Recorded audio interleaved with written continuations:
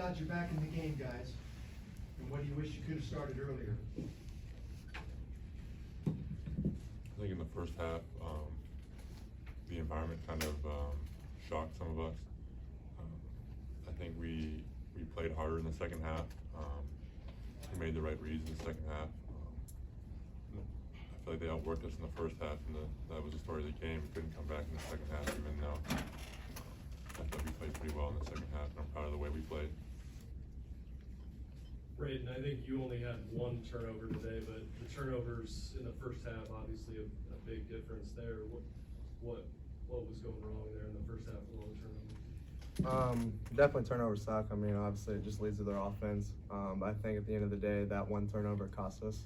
I feel like we had it there to win it, and the one time we needed to win, I turned it over. So I mean, I got to be better on my part and move on.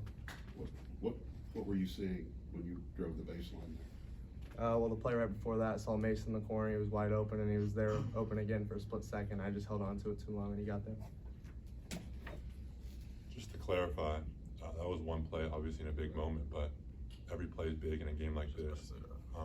I had too many turnovers in the first half.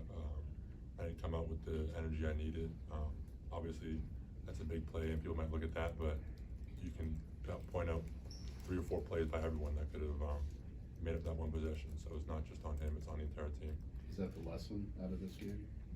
Yeah, whenever you win in close games or lose in close games, obviously you look at every possession, you look at how you could have done better. I got in foul trouble in the first half. I feel like I could have played more, I could have affected the game more in the first half if I hadn't have done that. I gotta be more disciplined, I gotta be smarter. Obviously when you win by one possession, it feels great, but when you lose by one possession, it feels awful. But most games, you just look at one possession, that's the story of the game. David, you were one of several guys in that second unit that got some good minutes tonight. What was it about that group that were able to come in and kind of gel when you needed to, particularly in the second half there? I mean, sense of urgency at the end of the day. We knew that we had to come out the first 5 minutes in the second half and really come out and throw the first punch. And that's from the starters all the way to the bench. We all knew that, and I just wanted to make sure whoever came out from the starting group, we weren't missing a beat. And I kind of make sure I spread that word throughout the whole bench, really. But you know, I feel like second half we did pick it up, but I mean, obviously it was a big gap to fill, so it's kind of hard when we got to play catch up.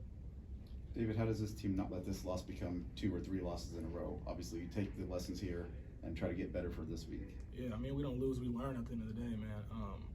Yeah, I mean, and to piggyback what Zach said, like Braden threw a turn at the end of the game, but that didn't mean anything. Like, it wasn't, we didn't lose off that one possession. There was a couple, even when I first got in the first half, I should have dribbled all the way down to Trey, and I threw a turnover in the post. Like, there's a lot of things that we could say and pinpoint certain things, but I just like how we handled adversity at the end of the day. We came back and responded in the second half, and we're going to respond to this loss as well going into these next few games. So, and we'll be ready for them when they come back to Mackey. David, Coach Painter mentioned some of the turnovers. He said there's a lack of concentration. Just wondering, obviously that's a mental thing. How do you adjust to that? How do you force yourself to concentrate more when it's not there early on? Yeah, I mean, he's right. I mean, usually when you throw a turnover, it is a lack of concentration. I mean, obviously there's certain times in the game where it could be, you know, accidental, but I mean, at the end of the day, you know, when you throw a turnover, you're locked in much more. You don't want to do that same thing. Like I said, when I threw the turnover in the post, I made sure I dribbled all the way down and get it in. But I think one thing we could have worked on too is like we could have froze their hands to throw it in the post a little more because they were kind of jumping our passes when we throw it in. So, but I mean, you know, turnovers happen, but we'll learn from them, and we're going to be better next game. David, you're a veteran of college basketball. What do you say about this rivalry between IU and Purdue? Yeah, I mean, I'm new to the rivalry, but I mean, obviously you could tell how intense it was. They came out ready to go. I don't think we came out as ready as they did. You know, but again, man, we're gonna learn from this at the end of the day. Like, no matter what, we're gonna be ready for them when they come to Mackey, and we're gonna make sure we go into practice and do the same things we usually do. But we know if we play harder than any team, we can, you know, compete with the best of them. Braden, one of the great things about this rivalry is it's played twice every year. You're gonna get another shot at these guys in 3 weeks. Tell us what you're gonna take from today's experience that's gonna help you 3 weeks from today. I think just all around, just like they said, just the turnovers. I think that's what screwed us the most. They got more possessions than we did. I think at the end of the day, if we take care of the ball, I mean, get it where it needs to be, and we'll be really successful. So kind of just focus on that. One more?